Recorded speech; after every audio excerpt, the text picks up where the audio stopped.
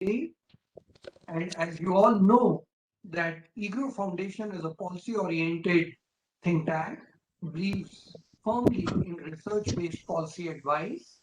It is in this context that we are having a series of knowledge disseminating, policy-oriented webinars nearly over a year now. Today, we are very fortunate to have a topic which is burning and contemporary, and it is on the Afghan situation, the Afghan issue, the US withdrawing from Afghanistan, and what are the implications for India. To chair the session today, we have our board member, Colonel MP Singh, who retired from the army prematurely and then has done his PhD and then is focused on geopolitical issues. On the board, he brings to us his rich experience of both the army and his research experience on geopolitical issues. So today, we are requesting Colonel MP Singh to chair the session and introduce the speaker. And then we will look forward to a healthy discussion today after the speaker, Brigadier, has spoken for about 40 minutes. Over to you, Colonel MP Singh. Thank you very much. Am I audible, sir? Yes, you are. So, welcome all of you to this webinar on a very topical issue. And the talk is going to, sir, Brigadier LC Patnaik is basically going to talk about strategic implications of the US withdrawal from Afghanistan and its impact on India in the coming times. So, before we begin the session, let me give a brief introduction to our viewers. I see today a large number of participants. I think they are going to cross 100 shortly, and they're all very keen to know because this is a burning issue. Brigadier LC Patnaik was commissioned in the Maratha Regiment, and he has had 35 years of service in the army, where he has served in all kinds of terrain and held many command and staff appointments. During his service, he was the defense attaché to Iran, and that was from 2003 to 2007, where he was also looking after the countries, about 5-6 countries, and namely Iran, as well as Iraq and Afghanistan, where he traveled a lot. So this was certainly the time when the US forces had already been there in Afghanistan when he visited that place, and just before in informal chat he was talking about that, even sometimes the Taliban took him and mistook him for Afghanistan. That must have been a very different experience, sir.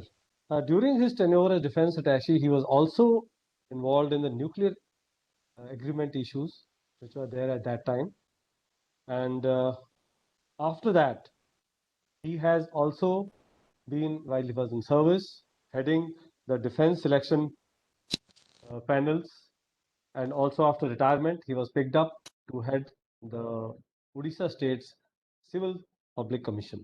So with this kind of a vast experience of not only serving in the defense forces and after that heading Public Service Commission, I think is unparalleled. On the academic side, he has done his PhD from Allahabad University, and now he's guiding a lot of PhD students also. And his topic of PhD was certainly the Middle East, where he has mastered that subject. So welcome, Brigadier LC Patnaik, to this webinar, and I think our audience is already waiting to hear from you. But let me just introduce this topic and why did we choose this topic. See, the moment this Doha agreement got over last year, there was a lot of apprehension whether the US is actually going to withdraw or not. So there was an agreement between the Taliban as well as the US forces. But yes, the withdrawal seriously started. They had catered for these 14 months, and it is when the President Joe Biden took over, then it was completely decided to withdraw the troops, and the withdrawal process has started in a big way. More than half the troops have already gone back, and now not only the world over, but in the region, there seems to be a big vacuum, and all eyes are on Afghanistan. Will it go back 30 years, 20 years, the Russia time, or what will be the way forward? What implication does it have for India? So everybody is having different conjectures, different thoughts, and the strategic thinkers are also thinking in a different options what all possible. So in this talk, sir, we'll be expecting you to brief our audience on what are the options which we have, how is it going to impact India, because India was not invited in the Doha Agreement. But we are certainly a very strong stakeholder as far as Afghanistan is concerned. It certainly affects India, what is the present condition of Afghanistan. So without taking any more time, I would request sir to start his session and elucidate this very important strategic issue which India and the world is facing today. Over to Brigadier L.C. Patnaik.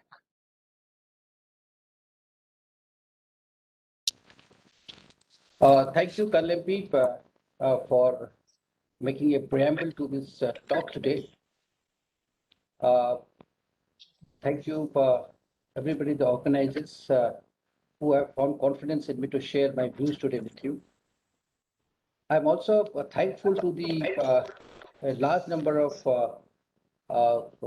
audience, the August audience, and I can see a large number of them, also former diplomats and former civil servants who have also experience in that particular area, and large amount of researchers.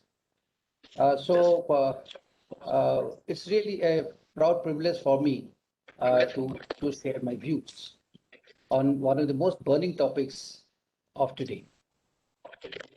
Now, so much has been actually on the news for the last so many days that the statistics are actually galore, and I will not dwell upon a lot of statistics per se, but what I will try to basically touch upon is what are the strategic consideration, the reasons, and what could be the future outcomes, and obviously what are the options for it.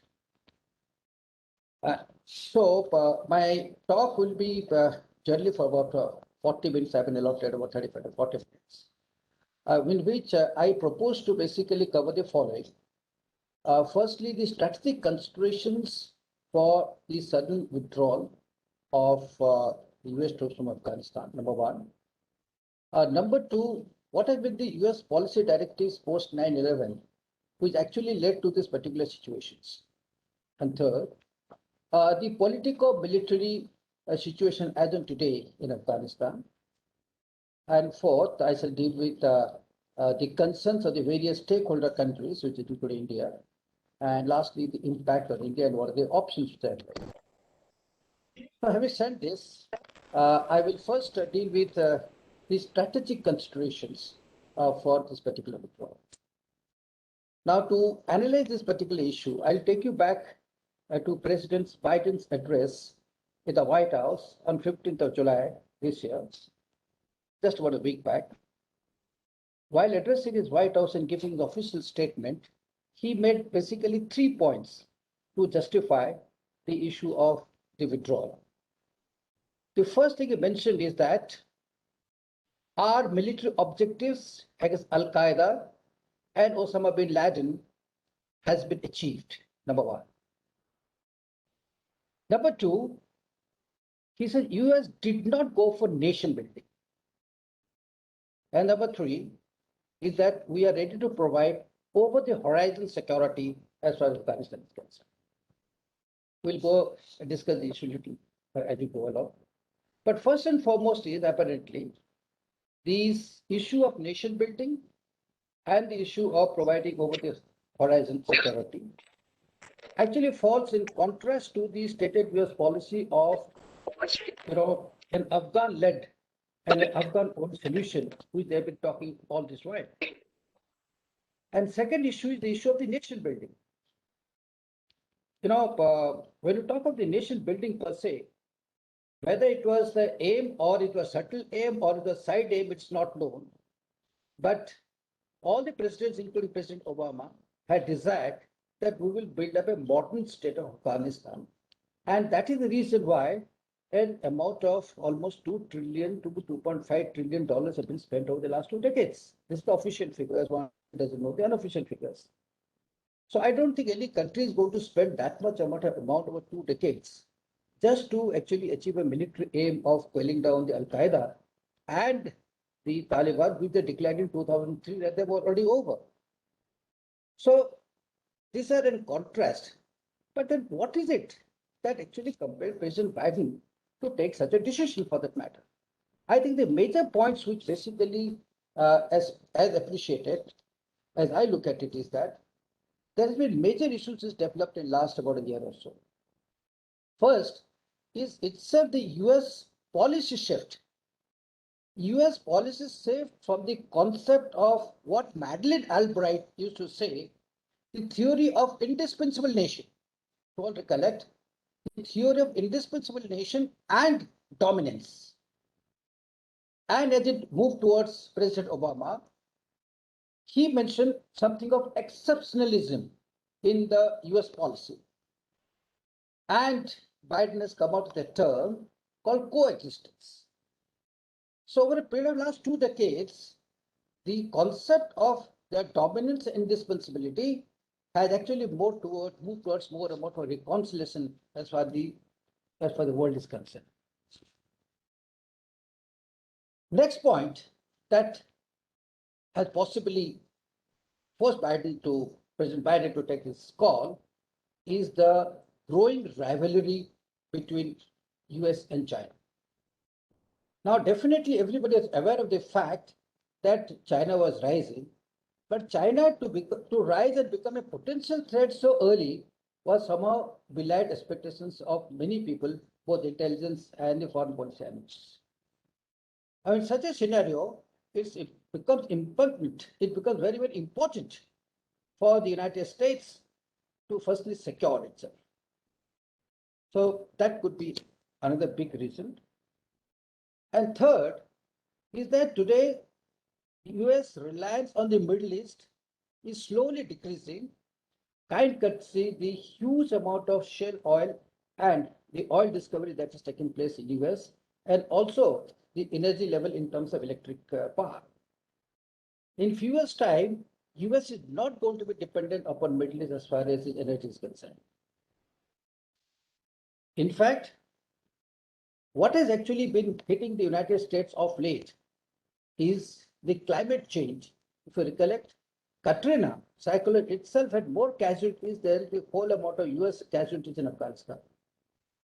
Number two, the pandemic, all of us are aware about the huge amount of losses they had. And apparently the racial challenge. Now there's something which is very internal. Now it's time that United States is trying to have an inward look to say that we have to, after so many years of dominance, we need to put our house in order, take our security into being, ensure that our people are safe, and then we try to rebound back, not by telling that it is a great America, but also trying to do something on ground. Now, all this cannot be done simultaneously while you try to expose the foreign policy or dominance of the world, and then also try to sing at home. So there were a huge amount of domestic compulsions. In any case, President Biden saw that it's almost 20 years and a line has to be drawn. So it might well be drawn in his first year, or rather in the first 6 months of his tenure, rather than keep getting compelled. As I tell you how Obama also failed in this particular thing. Now, the question arises that if such was these issues, then why did they decide to withdraw early? If they decided to withdraw early, or why did they lay down a particular timeline and a plan so that the Afghan government, the Afghan army could have been more ready for that matter? But again, there are compulsions as to why the Afghan government, or rather the US, did not decide to withdraw early. Now, if you look back, when was it that the United States got a chance to withdraw? When was it that they got a chance to withdraw? They got a chance firstly in 2003 when they had a regime change, when they ousted the Taliban from there. And the second chance they got was obviously when they eliminated Osama bin Laden. That's in 2011. Now, at that point of time, there were two windows where it could have had an honorable exit because their so-called military aim was by and large achieved. But what actually stopped what actually stopped the policy makers in the United States not to take a decision, keep hanging around this particular in the particular country, despite having achieved the military aim at that point of time, stated military aim. There, a lot of people in the military circles, we still have our apprehensions whether they actually achieve that or not. But the fact is, yes, it's a policy statement. Let's accept the fact. But the issue in the mindset of the policy makers that the United States is central to the world affairs, the centrality theme, and its belief that US power is today essential in the world. The centrality and the US power essential is something which has been in the thought process of the US policymakers since last almost 5 decades and has continued for the last 2 decades. Next, maybe a little controversial, as I just have been mentioning.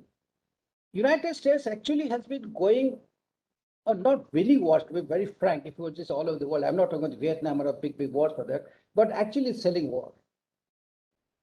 Now, how did they do it? How did they manipulate? You know, that's a different subject altogether. But then when you do such a thing, when you don't initiate a war to win a war, obviously the objectives are defeated right from the beginning itself. Now, I'll give an example. President Obama, I think one of the good presidents that you have seen in last 2 decades, which are there. You know, he came with a lot of hype. He's given the Nobel Prize for, you know, that will possibly get a peace to Afghanistan in the Middle East. Now, his aim, he had intention to withdraw when Obama took this thing, intention to withdraw. But his thought process had some fault lines. What is that fault line? Is that he said, my aim is not to end war. My aim is not to end war, but to end the mindset that got us into the war. Now, if this was the thought process of President Obama, then apparently he went into a different strategy of handling Afghanistan. Now, to changing the mindset of going into war, at both whether from the US side or from the Afghan side. Now, what happened apparently as he went down and after even eliminating Osama bin Laden in his tenure and going to a second term, that as far as Afghanistan is concerned, he knew that he couldn't win. It was very, very sure. Let me tell you this. But he didn't have the guts to withdraw. Now, what was that compulsion? Whether it was the advice of the generals, whether the advice of the other people, it's a history. There are a lot of things that have been written, even in our biographies was written. That is one of my regret. But the fact lies is that he sent 48,000 troops during his tenure. And when things didn't turn out the way it's supposed to be, of changing the so-called mindset, he actually got desperate in the last year. And to give you certain statistics, in the last year alone, he dropped 26,172 bombs. Can you imagine? And ordered more than 500 drone attacks in more than 6 countries around. And this was what we all expected from a president of peace called Barack Obama. But now, what happened as far as this Afghanistan is concerned is that even the Afghans had a lot of hope when President Obama came. But by the end of his tenure, actually there was large amount of alienation and division and factions within Afghanistan when Obama actually left. This is something very ironic. This is something which I've shared personally with some other people. In contrast, President Trump actually reached out to the Taliban. And Taliban were happy. But then when they knew that, you know, the US is at a back foot on many issues, they put a lot of conditions. So the negotiations took place in Doha and other places, so they all collapsed. So despite an attempt by Trump, the things did not move ahead. Hence, when Biden took over, he realized that the US policy of indispensability or essentiality is not going to work. It's not going to work. It does not work for 2 decades. It's not going to work now. So he came out with this term of coexistence, which actually fits with his thought process person.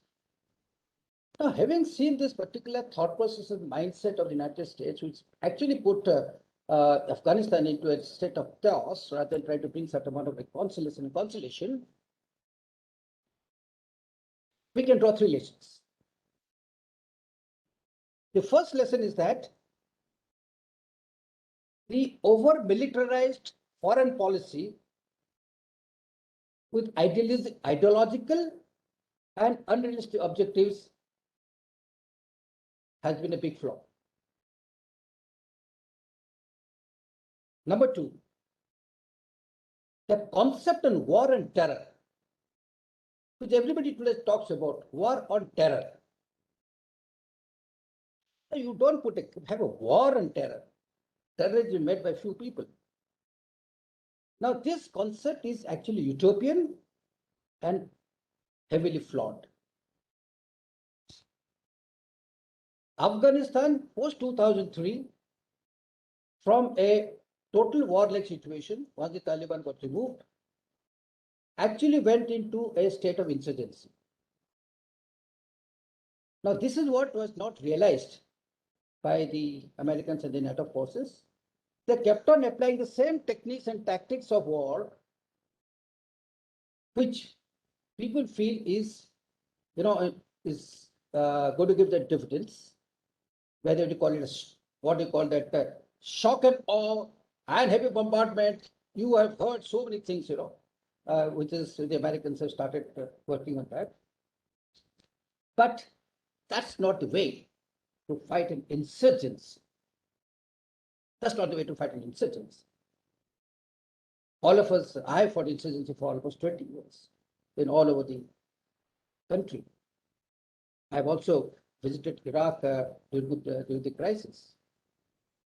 I think the correct concept of the nature of warfare, which actually moved into insurgency, and the Taliban actually moved into that, got flawed, and the war and terror actually fell apart. Third, what has happened is that the multinational alliance that is trying to get 40-odd countries, part of the NATO and other countries, to do an international job of wider security concern has got a serious setback. I wonder if the US or any other country in the world will have the amount of influence to get so many countries to work unilaterally for a major challenge as far as the world is concerned. Now, this is the 3 major lessons, and because of these flaws as far as the lessons are concerned, what happened was actually a civil war had already commenced for the last decade. The civil war for assassin. Now the civil war has taken place, or the insurgency has started. Why it has started? It's not because the Taliban want it, not because the Pakistanis want it. No, it's because the huge amount of civilian casualties. Unestimated figures takes it to nearly 500,000 of civilian casualties, including children and women, and collateral damages. Now, no country can afford, and mind you, Afghanistan is not a nation of people, it's a nation of tribes. It's a nation of tribes. Anything which affects that tribal harmony is going to definitely repulse. So if this lesson is there, let's see what is the political-military situation today. In the sense that out of 325 districts today, this is from an authentic source. There are many things that are floating around, so many statistics are floating around. From 325 districts today, 80 districts, that is 24%, are totally under the Afghanis. That is, sorry, totally under the Taliban.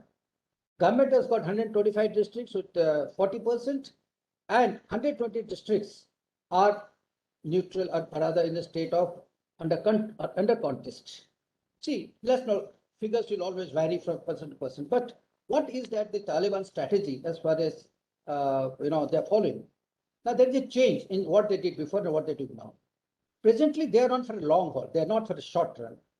Okay, they got a strength of about 80,000, 1 lakh. They know their strength, they know their weaknesses. But what they want is that they want to dominate the rural areas and leave the urban areas. They want to basically tighten the noose of the urban areas so that the urban areas are going to fall. primarily because they don't have the wherewithals of equipment and the war fighting capability to fighting in urban area. All of us who've been in armies, we know how difficult it is to fight in urban areas. So they very well know. So they will not enter big cities or the urban areas per se. Second, they also want to prevent a refugee influx, because ultimately, if should any for reason they come into power later, then it's going to be a huge challenge to them. Next, unlike last time in 90s, they want to win back the local population. And that is why their administration, local administration, reaching out to the people, humanitarian actions are today far more imperative, far more overshadowing than actually the military action that we. We've been hearing on the news of so much of people of refugees and so on. So many of them are actually Pak sponsored to sensitize the issues. Frankly speaking, they are in a very, very deliberate. And mind you, Taliban has also been on the beneficiary side as far as the United States is concerned. Now the question is that how does the Taliban handle itself? Just a touch about the economy. See, it has just got a $1.5 billion, coming out 400 million for drugs, mining, exports, charity, etc. The Americans also give them about $1 billion of help. Now all this is going to go away after this. So they're going to manage all this war with just about $1 billion, and how much, I don't know how much Pakistan is going to support. So issue is that financially also they're not very strong. On the other hand, if you come into the Afghan side, it's a quite a strong entity they've formed. Okay, with a 400 million population, there are about 20%, as per one of the studies of South Asian studies, they say that 20% actually max sympathize with the Taliban. Now, this sympathy is by and large because of the heavy civilian casualties and not because of an ideological cause. So hence you have the 20% people, and mostly are Pashtun dominated, who are ideologically sympathizers as far as the Taliban are concerned. On the contrary, the Afghan National Army has got about 2.8 lakh strength. They've made it with 7 corps. But what are the most important strength of the Afghan National Army is Special Commando Corps and the Special Forces. In fact, it's 70% of the operations are in Afghanistan is done by the Afghan Special Forces than by the regular forces. And these are the people who are wonderfully trained by the NATO forces, US forces, and they've got the latest equipment, etc. And there's number something about 70,000. So if you actually have to pitch in the ratio of the combat power between Taliban and the Afghan forces, etc., is almost equally matched, or 70,000-80,000. And mind you, Taliban fighters today, when you talk of today, they are different lot than what used to be before. So out of 80,000, you can say 40-50,000 would really be good fighters. And we have something called commando forces, about 80,000. So almost equally matched on this particular, which the Taliban are fully aware. But these guys have got the advantage of equipment, communications, air force, and other things which are there. Now, here lies the issue, is that what is the key? What is the key to the Afghan security? The key to the Afghan security is basically the strength of the Afghan National Army. Now, if the Afghan National Army tomorrow crumbles or comes down, then apparently the security is going to go for this thing. Now, districts have fallen, that we have been this thing.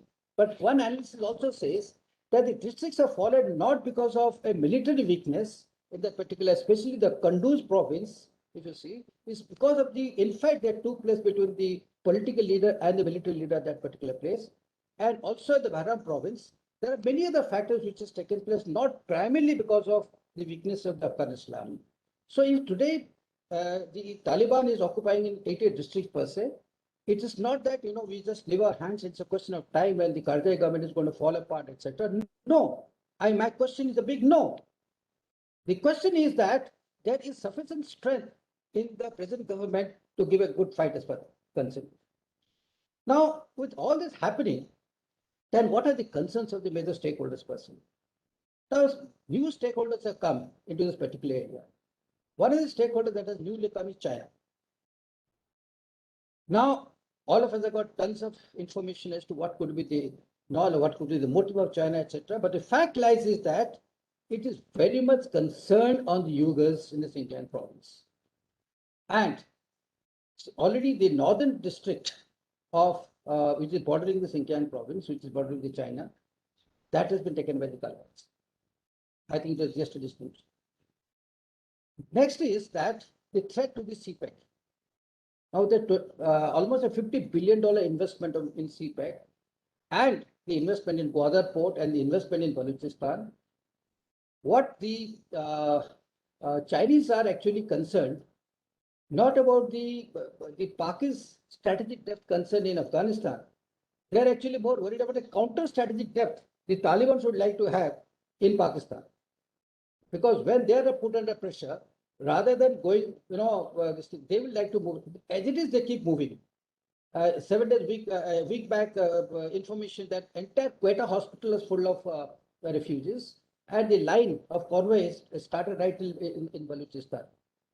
So if all these people are now coming as a security threat in the so-called secured Balochistan area and the local Balochistan, now all the investment of Chinese to reach to the ports, to Gwadar port. I've flown over Gwadar port to be very this thing, and I know what it is like. It is going to be really a nightmare as far as the Chinese investments as far as the Cpec is concerned. So the Chinese are actually mulling how to win over the Taliban with their economic strength, with their financial incentives and financial strengths. So that is something the Taliban is also trying to reach out because they require money. India, we have always been the goodie, and I was just sharing before this thing started that we are the only country in Afghanistan. We're the only country in Afghanistan who enjoy tremendous amount of bonhomie. Tremendous amount of bonhomie. As I once I was caught by, when I was driving in Afghanistan, I was caught by the Taliban. And, I had, of course, my AK next to me. But then they initially thought we were Pakistani. I was in civil dress. And, but when I told I'm Indian, so they, went back a bit. Then asked me some, in Persian, of course I know Persian. They says, do you have Hindi movies? Those days, CDs are very, very, very big craze. And all of us used to carry, hundreds of those CDs, So I took out 20 of them and gave it to him. I gave them some nice food packets and other things, so and so. Oh, they're mightily happy. And then I got escaped from there. Okay. So the fact is that maybe if I was not an Indian, things would have been different. So that's the time I realized when traveling that, tremendous amount of bonhomie exists both within the Taliban and also with the local Afghans. Only the Taliban, out of fear, the pressure of the Pakistanis, many a times, tend to say that we are against Indians. Now, they have damaged, we have about $3 billion investment there with 4 projects that are going on there. We have done tremendous amount of humanitarian approach to Afghanistan last about 20 years. A few days back, they went and damaged the dam that we have created in the Herat province. Okay, but to me, I think this is symbolic because they want to convey that, listen, you lay off from this particular place, otherwise you're going to damage most of the Indian property. But these properties which have been created are equally to be enjoyed by both the population of Taliban and the Afghans per se. To me, my personal opinion is that they're not going to harm or destroy most of the humanitarian projects constructed by India. Now, with this, our concern is that are the Taliban people, once they get concentrated, there's so much of things, they'll come into Kashmir, they'll get into other issues. There's something which we'll discuss in the options that you have. But as a part of the stakeholders, as far as they're concerned, I come to the Pakistan. Now, everybody knows about the role of Pakistan. There's not a single person in the world who doesn't know what Pakistan does. But it's got a wonderful idea, wonderful way of getting away every time because it's got its own strategic interest. But its principle and the theory of strategic depth, okay, to move into Afghanistan because of an Indian offensive, sometimes, whenever it comes, is not going well with the Pakistani citizen person. And a lot of people have questioned this particular policy and how long this particular depth they would require and how they're going to preserve this. Now, with this, the foreign policy has been actually going on well with the supporting of the Taliban's concern. But what is of concern today is that this spillover of these Taliban is going to come to Balochistan. This spillover of it is going to come to what I just mentioned to you. This spillover is going to come to huge manner if there is strong refugees. Now, we found it difficult to accept the refugees which came from the Myanmar side. We had to say no, despite being a huge country. Okay, but Pakistan today doesn't have the capability to handle the huge amount of refugees. Tomorrow, 1 million or 2 million refugees move into Pakistan. It's a huge challenge for them. So they're actually concerned about this particular thing. As regards other players like Turkey, they're just new into the game. They want to remain within the Kabul complex, protecting the airport, but they want to be a major player as far as the transition of the government is concerned. There's something which is very distinct. They want to be politically involved. As far as the Russians are concerned, they have bitten the dust, but at the same time, they don't mind moving into the area if at all there is some sort of an understanding between China, Pakistan, and Russia to do something worthwhile just to keep the Americans away. So with having said this particular thing, since the lack of time, I will straight away move on to what are the options for India per se. With all these things as chaos that is taking place, we have heard in the news that the foreign minister has traveled to Iran, has traveled to Moscow. He had also gone to Doha. Okay, the Afghan army chief is coming, and so much of diplomatic actions are going on. And India definitely cannot be a silent spectator in this. It may not have been part of the major Doha peace process or the Istanbul peace process, but I think we've got a wonderful foreign minister who understands the things much better than before. So I don't think, because we have huge stakes in this particular country. Okay, not because of the money that we are putting, but purely from the security point of view and our access to Iran, to Jawar port. And mind you, we have constructed a huge road, which I was monitoring myself from Delaram to, this 300 kilometers road. So we have done a lot of projects per se. And strategic interest. Okay. So what I want to say is that the Indian options are that, firstly, we need to initiate dialogue with the Taliban. And how we do it, that I leave it to the mandarins of the foreign service and of course the RAW. But then we need to do that. We need to also forge agreements with the Afghan government that it's time that the Afghan government and Taliban come to some sort of a mutual convergence. And I think we enjoy bonhomie on both, especially the moderate Taliban leaders there. So we can say, rather than fighting each other, we say, listen, it's time now. This is your own country now. The Americans are not there. The Russians are not there. Please come together and find a solution and convergence, how we can stay together. I think they will listen more to us than to any other country. I don't know whether we can build up a coalition government, both the Taliban and the Afghan party and the Afghan unity government. There's something which we need to think about it. And we can also have a role, in the support system of the Afghan military, because Afghan military is by and large supported by contractors. There are 16,000 of them. And about 50% have already left, are about to leave. And there are a large amount of people who are there. So logistic support to the Afghan army and the Afghan per se, which has been contracted, is something which we can think of. And we have been trading that particular country for a pretty long time. So I don't think it should be a big problem for us. Second, maybe a political decision of controversial nature. If you can provide certain logistic basis to the US Air Force, because after the US Air Force leaves, it needs to operate. It requires counter-terrorism basis, it requires logistic basis, it requires ammunition basis, because the over-the-horizon security, what President Biden is talking of, is still not actually formalized in what form it is. But going by the mere terminology of it, is that obviously we are going to provide you protection on overall terms, okay, and not in real specific terms on the ground. So to do this, you require Air Force, we require air defense, we require surveillance, we require intelligence, we require drones, we require radars. So all these things are required to be placed at an appropriate place. So hence, the Americans should be looking for bases of this nature.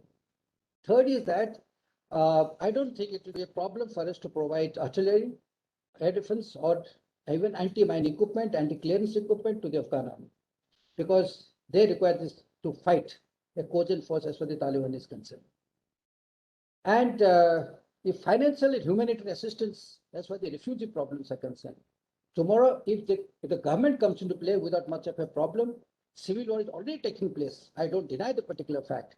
But then with the amount of economy and the assistance, obviously, though the there is a continuous pledge of $3.3 billion which will be given to Afghanistan under the agreement in 2024. But then this amount is too less, and we could bid in as far as humanitarian assistance is concerned on specific issues like refugees and taking care of their logistics and their military equipment. And find ways and means how we can become part of over the horizon security, what the US is trying to espouse. Apparently, all our concerns, all our actions in Afghanistan is going to be challenged by Pakistan, who always feels that we shouldn't have a role. But then it's up to us how exactly we should go. And to this, to help our way through, help us to move into the particular field, I think the help of the Iranians are very important. Iranians is always supporting to us, except for a small period of time in 2005-6 when you voted against them in the IAEA. But I think they are also very, very reliable lot. And there's something which is always, and we have created bonhomie with Tajikistan, Kazakhstan, the countries which are surrounding. So we need to basically make a conglomerate of these nations around Afghanistan, by which we'll be able to supplement the peace process. The aim, as the foreign minister mentioned some time back, is not to ensure that there is a violent transition. The aim is to ensure that there is a peaceful transition of power and not have another civil war going on for another 2 decades. With this, ladies and gentlemen, I thank you very much for giving an opportunity to have shared my thoughts and views.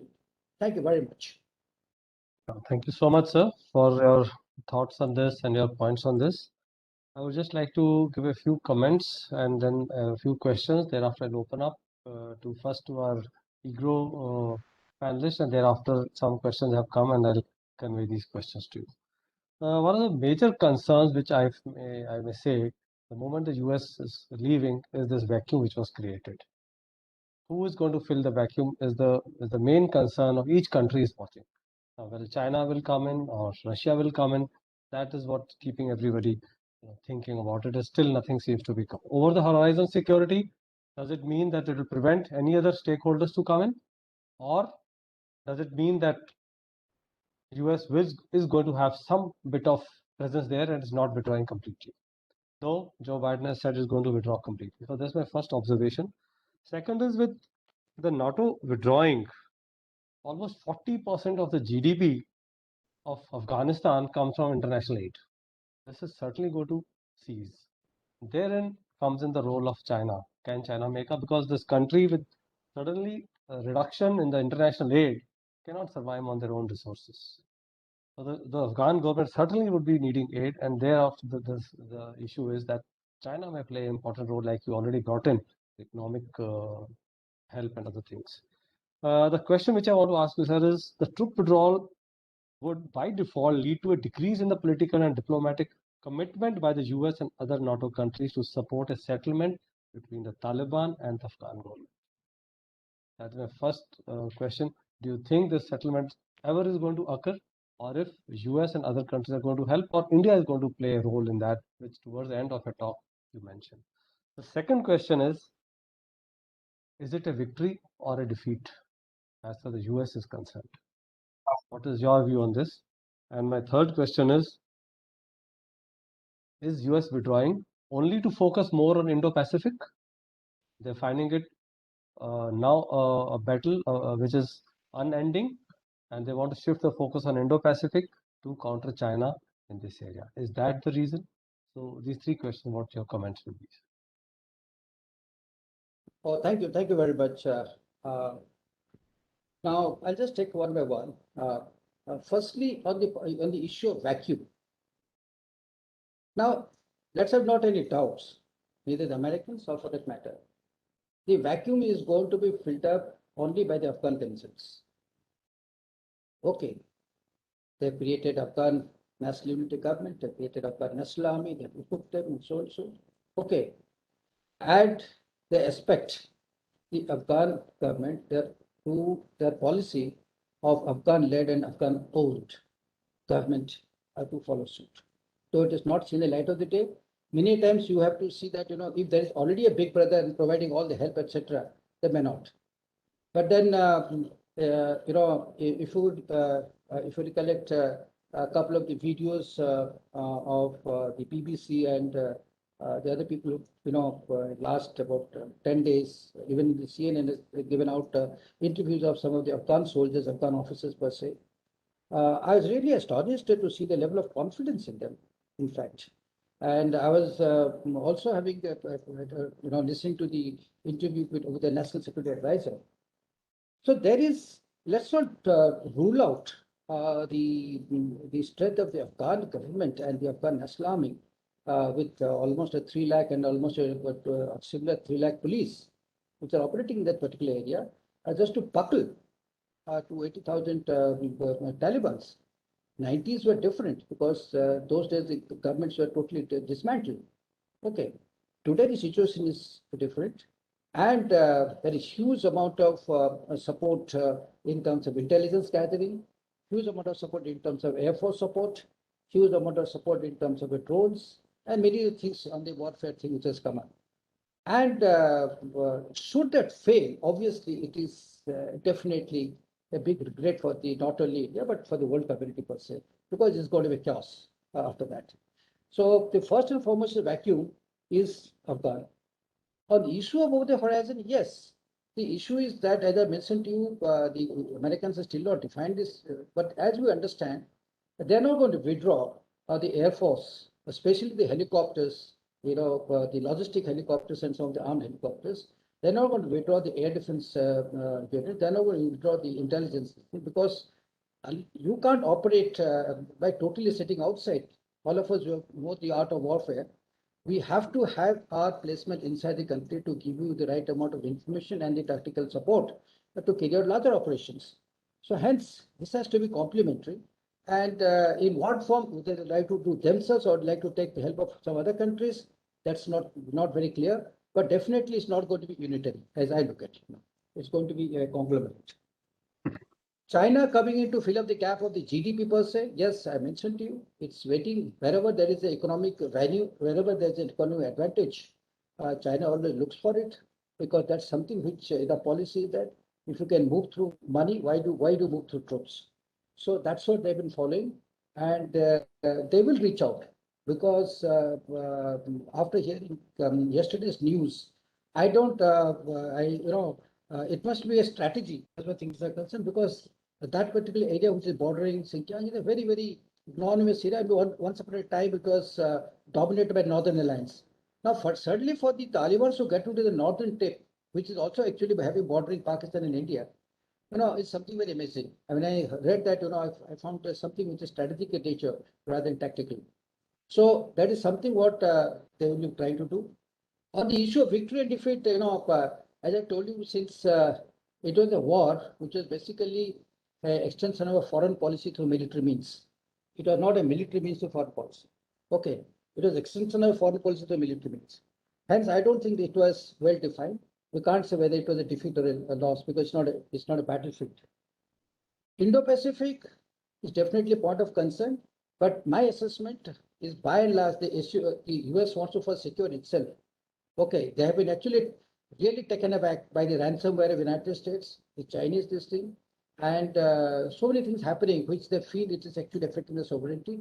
And all of us who have relatives, etc., in US, etc., we know the impact of the racial discriminations took place last year and the pandemic. So it's not that a powerful country is all powerful to look out all the time.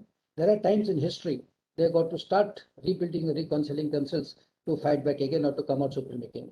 So this is what I thought the focus Indo-Pacific is there, but not so high.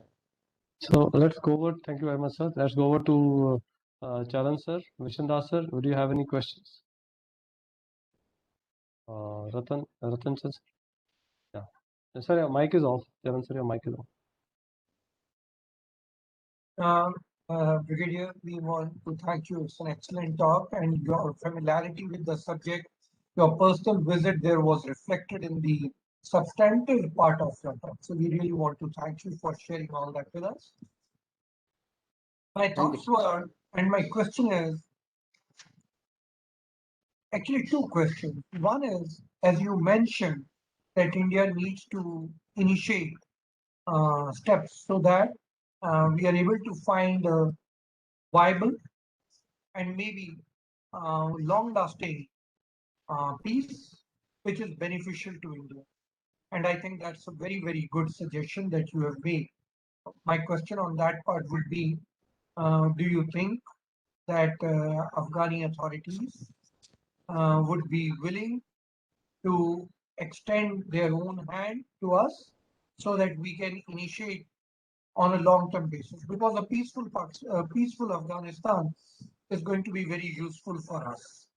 But then the issue is that there are so many countries looking at Afghanistan and so much at stake in Afghanistan that would that be possible, according to your assessment, that a long-term solution, peaceful solution, is possible in Afghanistan? I ask this question because there could be various factors for which America has withdrawn its troops now. But is there a probability or any remote probability that it may revisit again and come back because of the geopolitical circumstances and situation of Afghanistan? Thank you. Thank you. So this is a really wonderful question, and it actually is something very, very challenging to our policymakers. Now, the issue is that, as the foreign minister mentioned just last week, Indian foreign minister, that we are keen for a peaceful political transition. So that is as I look at it, that's the government of India aim.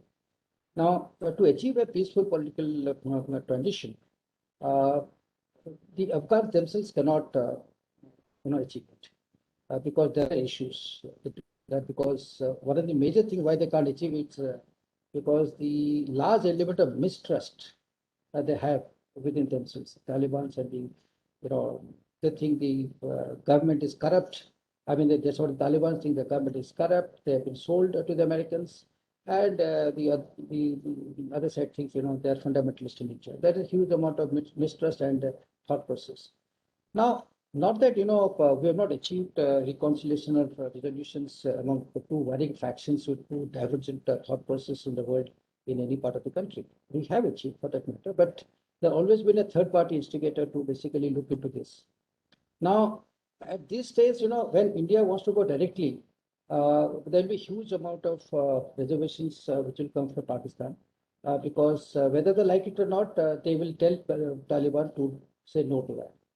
So we have to basically look for certain partners in the geostrategic world where we can combinedly approach this particular issue, or rather address this issue. We have done this in the past. People in the foreign service who are listening, in fact, are aware that we have done this to Iran before. We have done to even Russia before also. Okay, we have tried this, but those days were different because the Americans were still present. Now, what is happening is the Americans not being present. They don't have much of a stake. They say they provide security, but the political stake is that if somebody can find a solution and not have a issue of a violent transition, then even the Americans should be happy. I just quote back. I'm just a speculation trying to put back, what Biden's thought process of adjustment and coexistence is there. So one of the countries that I can think of is Iran, because with my extensive experience in that particular country, we have wonderful people there.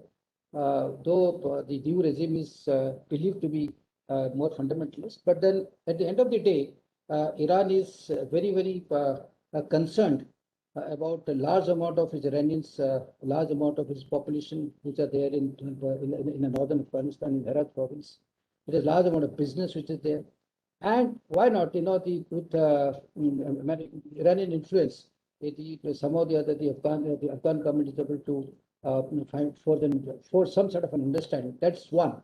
Second is Russians, because Russians actually have worked quite a lot to help both the Iranians and the Afghanistan in last 2 decades to sort out many of the problems per se. The Chinese are only late entry now. Okay, Chinese always been looking at businesses. So they are the two countries, as I look at, who can actually help India to jointly work out some sort of a politico-military solution to bring certain amount of reconciliation as far as the Iranians are concerned. And maybe I'm just trying to put two and two together. When the foreign minister visited, he visited Iran and then he visited Russia after that. So there are talks of these particular lines on which we have to have an alliance to move in to make a comprehensive understanding of I would say to bring the two warring factions together. They're difficult lot. They have the same tribe, same everything. They eat the same food, eat the same language. But when it now comes to understanding, it's all a question of power. It's all a question of power. So who would like to come to the power? So that's the issue. So I think we need to have a multilateral approach to ensure a peaceful transition of governance and the system rather than a unitary approach. That's what I thought I'd say. Thank you. So, any questions from Dr. Vishan Das or Dr. Ratan?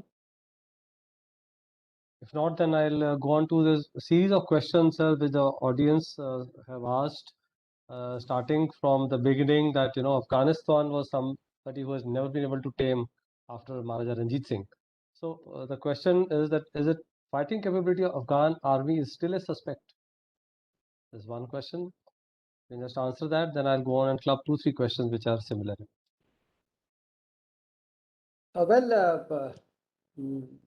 You see, armies all over the world, let me tell you, are drawn by leaders. And the leadership is good. I think the troops come out to be very good. There's no doubt about it. When you look across the soldierly qualities across the Asian subcontinent per se, I think that it's a very fine lot that you have, whether it is Indians, but I would rather admire the Pakistanis also, or the Afghans for that matter. But what matters is the leadership. Now, I was told, and I went by the reading part of it, that the US and NATO forces have invested considerably in building the leadership of the Afghan National Army.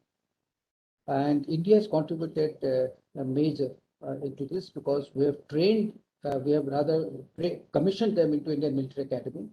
We have trained them into NDA, IMA, and we've given them courses and all of these things. So by and large, the leaders, and many of them actually have gone and done foreign courses in US and other countries. In fact, the Indian Army officers don't have got that much chance as much the Afghani officers have gone and done courses abroad. So let's suspect that the leadership, young leadership of the Afghanistan Army has evolved to take on the challenges because every society evolves. Even the Afghan society is also evolving itself. So I have a full faith on the Afghan National Army leadership to take on the particular challenges. And if they really are able to guide the soldiers which are there, I don't think there should be a problem in taking on to the Talibans per se. Because Talibans have got huge weaknesses in terms of leadership and in terms of equipment profile. Absolutely. Sir, I'll go 2-3 questions so you can address them as you feel like. So first is, why do you think that US did not involve India in the peace process? And secondly, what role could SARC play in reshaping Afghanistan? I think firstly, SARC is a very defunct organization. This is something politically not met its stated aims. There are many reasons for it. We're not here to discuss SARC, but I don't think SARC is a viable platform to be into this particular forum. But the issue is, as far as India is concerned, when Trump decided to have this particular so-called meeting with the Taliban per se. Now, the Taliban itself had actually laid out too many terms and conditions. And somehow the other, President Trump was very keen that we must further success. His nature of work, like it did in Israel and Israel in Palestine. Many places, he just forces a way through. He says, let's move ahead and then we'll find a solution to that. I think it's typical of his Trumpism style. So he wanted to force that, and that time Pakistan had reservations. So US said, okay, let's leave India for the time being. We'll get India later on when things move up. So this is the type, but they realized, that without India, it's very difficult to move things. And later on, they invited us to be part of the process. Yes. One very interesting question has come, sir. Do you think it is Afghanistan, Taliban, which we should be worried about, or Pakistan's role in utilizing them against us? We should not be worried about anything, frankly speaking. Neither are they. They are, most of them are actually self-created threats.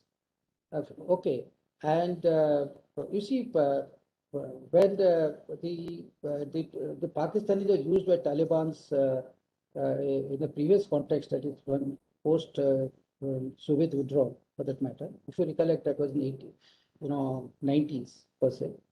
All of us who have fought insurgency and counter-infiltration, terrorism in Kashmir, etc. We know our state of preparedness and defenses has dramatically improved over a period of time, frankly speaking.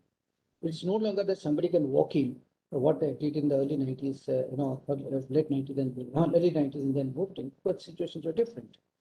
That's number one. And number two is that today, with the Americans out, the Taliban are more interested in, power in Afghanistan rather than investing their time in Kashmir. Okay, that was the time when they were unemployed and did nothing to themselves, so they found certain amount of employment there. But today, if supposing should they come to power, without 80 or 1,000 people who are there, they will try to get into governance basis with 30 districts and so much of people around there. That's a huge task by themselves. Why should they waste their time in Kashmir unnecessarily?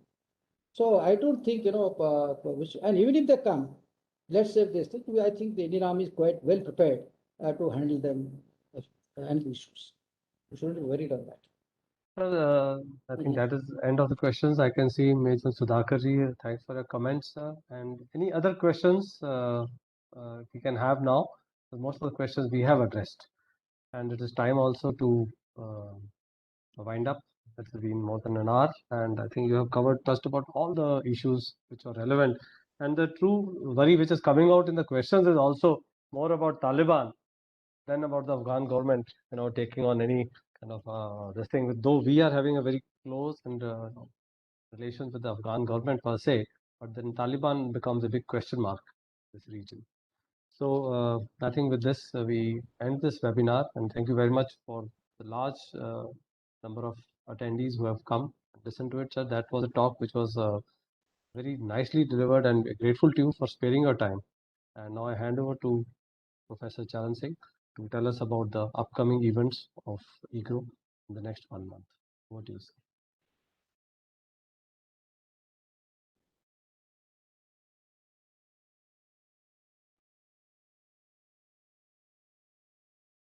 Mike, please.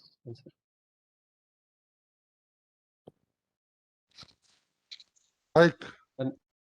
The mic is off, sir. Please put on your mic.